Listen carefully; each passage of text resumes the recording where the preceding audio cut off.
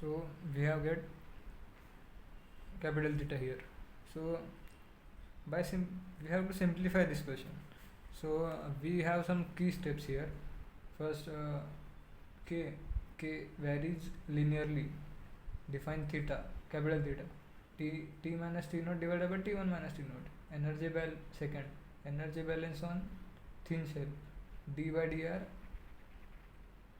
r square qr is equals to 0. Applying Fourier's law, which gives d by dr r square k d theta d by dr, which is equals to 0. We now integrate once with respect to r to get r square k d theta by dr, which is equals to c1, or we can say k d theta by dr is equals to c1 by r square. So let's understand why we integrate here. Inserting the expression for thermal conductivity as function of temperature and integrating again, we find k naught theta plus half k1 minus k naught into theta square is equals to minus c1 by r plus c2. Now we apply boundary conditions. The boundary conditions at r naught 0 is equals to minus c1 by r naught plus c2, and at r1 1 by 2 k1 plus k2 plus k1 plus k naught is equals to c1 by r1 plus c2.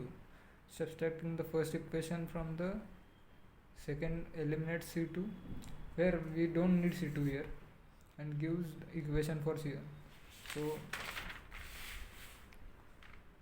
So we get half of k1 plus k naught is equals to c1 into 1 by r naught minus 1 by r1, which is equals to half of k1 plus k naught r naught into r1 divided by r1 minus r naught. The heat flow inward through spherical shell at r naught is now q naught is equals to 4 pi r naught. This will be positive now, that thermal conductivity, dt by dr at r is equals to r naught, and which is equals to 4 pi r naught square is again positive, okay, t1 minus t naught d theta by dr at r is equals to 0. The derivative of dimensionless temperature can be found. This is our equation.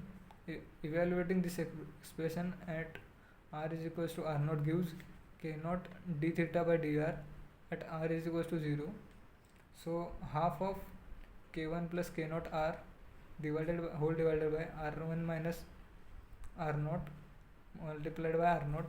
Putting this expression into formula for q naught gives this equation. So this is our answer of first part. Let this. So for second part, since the most of the quantities are given in CGS system, we will be converted all quantities into that system.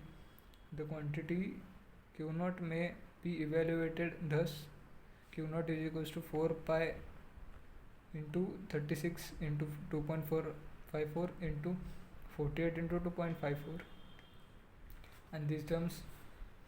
So we finally get our q naught. The factor 4.136 into 10 to the power of 3 needed for converting units of thermal conductivity is obtained from the table F3.5, which is very important. The rate evaporation of oxygen is then here we have to find rate. Our rate is equals to 2.8182 divided by 11636 multiplied by 3600, which is ultimately 6.201 gram per ml per hour, or r is equals to 6.201 multiplied by 32 divided by 100 is equals to 0.198 kg per hour.